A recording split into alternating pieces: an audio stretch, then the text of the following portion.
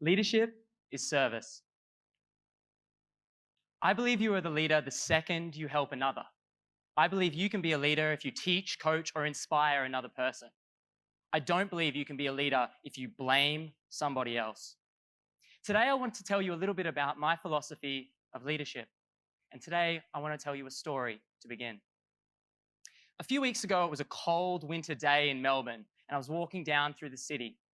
I saw across the street from me two men, and they were walking along by themselves. They had suits and ties on, their hair was slicked back, they had gold watches on that reflected the few rays of sunshine that came through the cloudy sky and then reflected across the street to me. Between myself and these two men was an old man. He had two hands on his walking frame, and he was waiting patiently at the lights. At that moment, it began to rain. Now, these two men, powerful no doubt, pulled out their big umbrellas, stood under them, and walked right on past.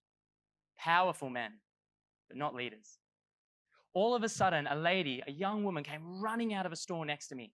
She looked both ways, crossed the road, and went over to this old man. She stood next to him, put up her little umbrella, and held it out for him. He stood there with his two hands on the walking frame, waiting for the lights to change. When they did change, they walked across the street together. She was walking slowly, and he was strutting across. When they got to the other side, with nothing more than a little head nod of acknowledgement, he was safely undercover, and she went back into whatever store she was in to do whatever she was doing. Leadership is service. Leadership is a minute-by-minute decision to help another person. When I was younger, I was at university. And when I graduated with an engineering degree, I realized I didn't know a whole lot about leadership. Today, I'd like to share with you 7 principles of servant leadership and how you can help bring them to life in your own life. Firstly, leadership is service. And before we need to know anyone else, we need to know ourselves. The Greek philosopher Socrates said, "Know thyself." And when I left university, I went out into the workforce. I didn't have a clue who I was or why I was there. It took a tragic incident on the construction site that I was on when a young man, not dissimilar in age from myself, took his own life before I, at 22, received my first ever mental health training. I sat in a room not dissimilar to this with men predominantly my age, and we all looked at each other and realized we didn't know the first thing about ourselves. In this training, I came across a principle called ikigai. It's a Japanese word which means fulfillment. And it says if you want a career where you're paid to do something that truly fulfills you, you need 3 things. Firstly, you need to know your strengths. What are you good at and what can you uniquely contribute to the world? Secondly, you need to know what you love. What can you do every single day that fills you with energy and doesn't drain you? And thirdly, you need to understand your values. Where do you fit in the world and what do you believe the world needs? Now, I decided when I was 22, I wasn't going to find these answers being a well-paid engineer, working huge hours, trying to become like the people around me who also didn't know themselves. So I decided to take a leap. I left the safety of a career as an engineer and I went traveling to 39 countries over 2 years. Leadership is service. And the second principle of service is empathy. In 2019, Stanford psychologist and neuroscientist Jamil Zaki published a book called The War on Kindness. He said that empathy has 3 elements. Firstly, cognitive empathy. Can you think about what another person is going through and imagine what their life would be like? Emotional empathy. Can you imagine what somebody else is feeling and then empathize with them? And thirdly, empathic concern. Will you take action and step up for another person, just like the young woman did on the street? She looked across the road. She thought, if I was in the rain, imagine if someone would help me. She dropped whatever she was doing, no doubt, ran across, grabbed him, and pulled him into safety. That is leadership, and that is empathy. Now, halfway through my travels, I found myself in September 2015 on the border of Macedonia and Serbia. I was in a United Nations refugee camp.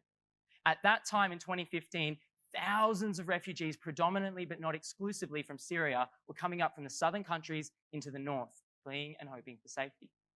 In just one night that I spent in this camp, I saw more than 5,000 refugees arrive on a single train line and step off. The table I was standing behind, I was handing out bread, milk, and water. As the refugees came across to me, they grabbed their supplies and walked on into the dark night.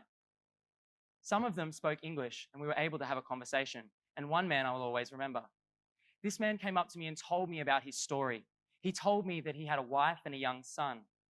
He thought and had the conversation with his partner that the best way for them to be safe long-term was for him to take this treacherous journey alone and try to get residency in a safer place. I want you to take a moment and shut your eyes. I want you to imagine what it would be like to be a child and to have your father leave. I want you to imagine what it would be like to be a parent and have to make that choice between your loving and beloved wife and your son and safety. How would that feel? You can open your eyes. Thank you. In that moment, I'd never had to make this choice, and I grew up with a mother who loved me very dearly and a stepfather who did as well. I grew up in a very lucky country in Australia. When I spent time in this refugee camp just one night, there was no space between me and this other man. In that moment, our hearts were one. I felt what he felt. Just before he left, we ended our conversation and he walked on into the night. I asked him, "What's your son's name?" He said his name is Aman. It's Arabic for faith. Leadership is service. And the third step is to read. As the old saying goes, leaders are readers. A study by Farr's company showed the average CEO reads 60 books a week. During my travels, I didn't read a lot of books. I spent a lot of time in bars. My Instagram was fire. But not until later in my travels did we end up in a hostel in Mexico. Now, my partner at the time had a notebook that her niece had given her. And on the cover of the notebook, as there always was, there was an inspirational quote. And this quote said, "Not until you are lost do you begin to find yourself," by Henry David Thoreau. Now, I'd never heard of Henry David Thoreau, but I was in a hostel in Mexico and I had some time on my hands. So I turned to Google and looked him up. Turns out, Henry David Thoreau is a pretty important fella. He wrote essays hundreds of years ago called A Civil Disobedience, and I read them. I was so moved by them, I realized that later they inspired Dr. Martin Luther King Jr. with his idea of nonviolent resistance. I was so interested by this topic and this conversation that I went over to the only other guy in the hostel who was there at the time, and I simply had to tell him about it. And I said, "This guy, Henry David Thoreau, he's amazing." And he looked up at me from his book and said, "Yeah, I know who he is." I was totally surprised. He looked up at me and asked me a question that totally changed my life. "Do you read?" "Well, not since the books I had to read in high school," I said. He shuddered at that answer. He said, "If you read books, you can learn from leaders throughout history everything they've learned in their life compressed into just a few hundred pages." As Seth Godin says, now one of my favorite authors, a book is a screaming bargain if for just $20 you learn one thing.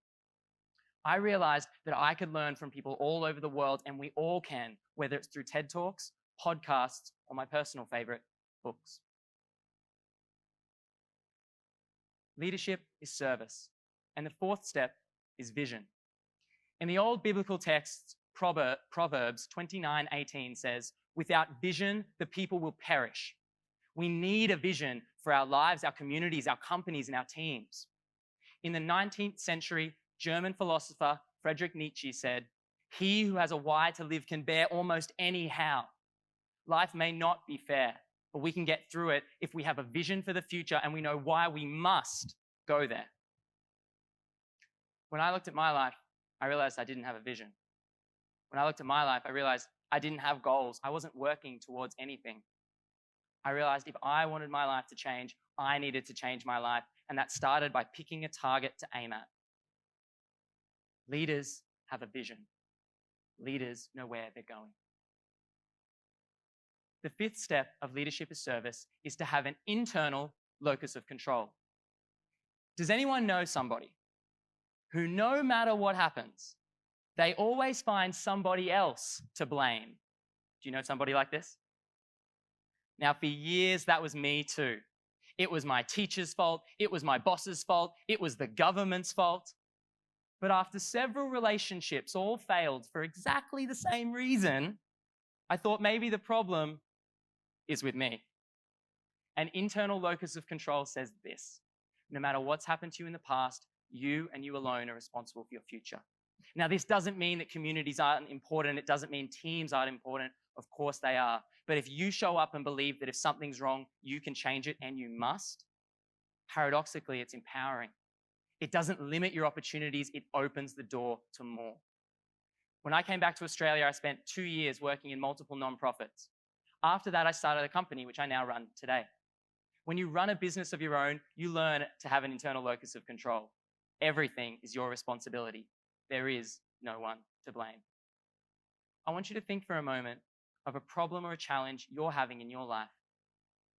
I want to offer you the opportunity today to think about if you accepted that you were 100% responsible for changing it, what would you have to do? When you leave this room, what is one action you could take to make progress towards owning and solving that problem? Leadership is service, and the sixth step is curiosity. World-renowned leader in personal development and coach, Anthony Robbins says, if you ask a better question, you will get a better answer. For years, I asked myself poor questions. I said, whose fault is this? Who's to blame? I asked, why did this happen to me? Why didn't I get that job? Why aren't I in that relationship? When I realized that better questions get better answers, the whole world started to unlock. I started asking not what don't I have, but what do I have? I started asking not who's doing this to me, but who's doing this for me? I started asking, how could I help other people? Remember from the start the 3 elements of Ikigai? Your strengths, your loves, and your values? I started asking myself, what are my strengths and what do I have to give to others? What do I love to do? What could I do every single day that would help improve other people's lives? And what are my values? What do I have to do to believe and truly act in line with who I believe I am? Leaders are curious, and leaders ask better questions. The final step is to empower others. Years ago, one of the most best-selling books in professional development is by a guy named Dr. Stephen Covey. He wrote a book called The 7 Habits of Highly Effective People. I have my own 7, but his are pretty good too. This book sold millions and millions of copies. But a few years later, he wrote a follow-up, The 8th Habit. And that habit was this: find your voice and inspire others to find theirs. All the speakers who take the TEDx stage, all the authors who write books, anybody who steps up to teach, coach, or inspire is helping other people find their voice. It's not a focus on oneself. Now, when I realized that I could empower other people, everything changed. The offer I'm making to you today is, who is someone in your community who you could empower? What skill do you have as an individual that could benefit someone younger than you or someone older than you? What could you contribute to your team or your community such that they will remember you as a servant, not as a boss? Leadership is service. And I believe with these 7 elements, we can all serve our communities, our teams, and our world to a higher level. So I want to leave you with this question. What would it mean for you to walk out of this theatre today, find a problem in your community, and choose to step up and act about it? The young lady who ran out of the store to help that elderly man, she probably wasn't on the cover of a newspaper. She probably didn't get paid to do it. In fact, she definitely didn't. She may not have had a single person ever acknowledge her, but I saw it, and now I'm sharing it with you. So what gift can you share with another? Thank you.